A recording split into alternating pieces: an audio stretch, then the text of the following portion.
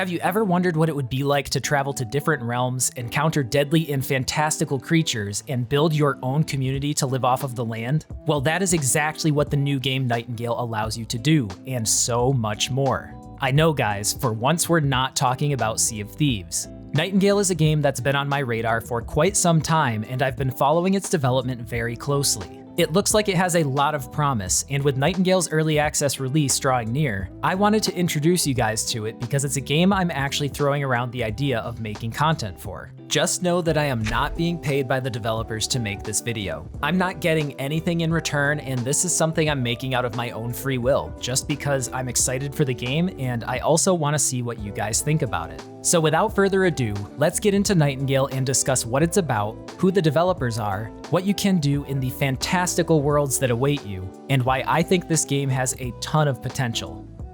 As described on Nightingale's Steam page, Nightingale is a PvE open-world survival crafting game played solo or cooperatively with friends. The story behind Nightingale is that players become stranded after the network of arcane portals collapses, leaving you to fight for survival in a labyrinth of magical Fey realms. Players will need to navigate their way through the web of portals in their search for the city called Nightingale, which is the last known bastion of humanity. Through different biomes, players will encounter all kinds of amazing creatures, collect resources for crafting various tools and structures, and create their very own estate, all in the spirit of maintaining their safety. Nightingale boasts a Gaslamp fantasy art style that's nothing short of breathtaking. And no, I didn't know what Gaslamp fantasy meant until I came across this game. But basically it's a fantasy style that blends in Victorian elements. It's kind of like steampunk's magical cousin, if you will. It strikes a nice balance between realism and fantasy, creating a world that's both awe-inspiring yet familiar at the same time. This kind of genre allows a lot of freedom in visual design that's reflected in both the game world and the creatures within it. It feels really refreshing from a lot of the other titles we've been seeing lately. Through every new portal, there is a land of beauty that awaits. However, you shouldn't forget the dangers that are also waiting on the other side. What I think is one of the coolest visual aspects of the game is how it plays with scale and size. There are creatures that are smaller than you, and then there are others that tower over you like giants. The same goes for buildings. What starts as a humble abode seems like it will end up expanding into a large estate by the time you're done with it. This variation in scale really adds to the world and makes it feel even more fantastical in nature. As far as gameplay is concerned, Nightingale looks like it's going to blend action, strategy, and exploration elements into a single cohesive formula. I haven't been fortunate enough to get into any of the beta tests for the game, and even if I had, I wouldn't really be able to talk much about it since I would have been under an NDA. But looking at the various trailers, it's clear that shooting is going to be an integral part of combat, and that there will also be melee weapons for those who prefer a more up-close and personal approach. We haven't seen too much in the way of spells yet, but it seems like there might be a few of them that can be used as well. Combat looks like it has the potential to be very hectic, especially when you consider all of the various monsters in the game and how much they seem to differ from one another in terms of size and movement. Now to building. When it comes to building, this needs to be done in your Respite realm. A Respite realm is essentially the permanent realm you dedicate as your home, and here you can build your estate with various tile sets. NPCs also play a very important part in your estate, as they can be hired for different tasks like collecting resources, expanding your homestead, and automating production. So not only will you have to explore the world around you, but you'll need to build a thriving community within it.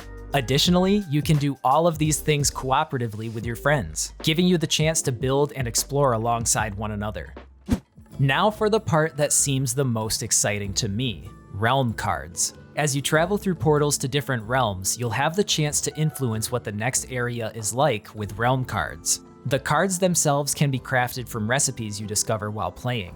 Each card can do things like change the biome, the abundance of resources available, the enemies you'll encounter, and more. And you'll play these realm cards in certain combinations that, as a whole, will change the next realm you visit. Currently, realm cards come in 3 flavors: biome cards, major cards, and minor cards. Right now, there are only 3 types of biome cards available, but there are plans to add more in the future. As you might expect from their name, biome cards will influence the overall environment of the next realm you're going to enter. Major cards represent really big things that will happen in the upcoming realm, whereas minor cards will provide smaller adjustments and tweaks.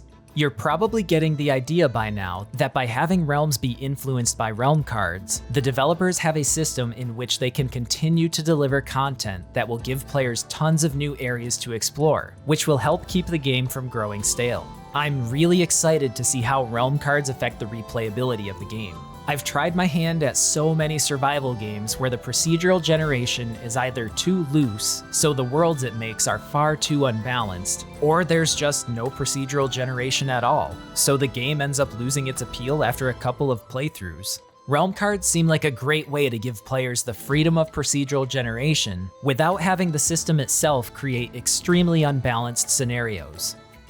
Something else I feel is really important that I touch on is Nightingale's developers and how they're handling this project. Nightingale is being made by Inflexion Games, a brand new studio out of Canada that has around 150 employees. And Nightingale is going to be this studio's first game. Is it ambitious? Yes. But given their roster of employees, it feels like they have a good mix of industry professionals with loads of experience and newcomers who will provide an influx of unique perspectives and ideas. It seems like they've done a pretty good job at setting themselves up for success. And it certainly doesn't hurt that one of their board members has ties with Tencent. You know, basically the biggest gaming conglomerate in the world. But back to the developers. I have never seen a development team hold themselves as accountable as Nightingale's has. Their feedback loop with the game's early community has been spot on. And they post semi-regular updates to their YouTube channel to let us know what they're working on. Typically a month or two passes between these update videos, but being that the game is coming from a new game studio, this kind of frequency is understandable, since it allows them to iron out all of the things they talked about in their previous update video before getting to the next one.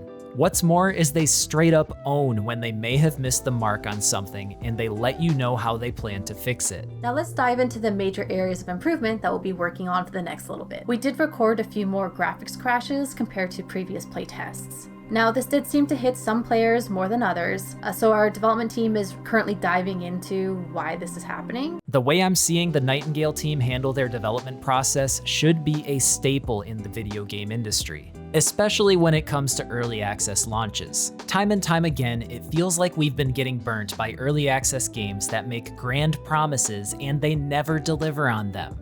But the way the Nightingale team hold themselves accountable gives me a lot more faith that they'll deliver a substantial game to players.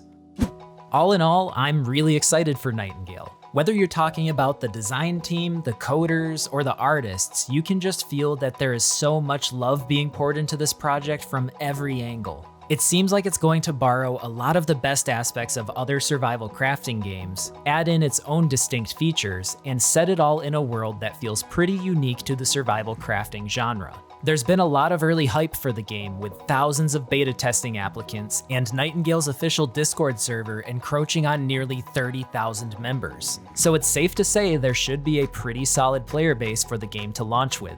Go check out Nightingale for yourselves and let me know what you think about it in the comments below. I would love to hear your opinions on it since, like I said, it's a game I'm very much interested in and I'm thinking about creating content for it as long as it lives up to expectations. Thanks for watching, don't forget to subscribe, and I hope you enjoyed.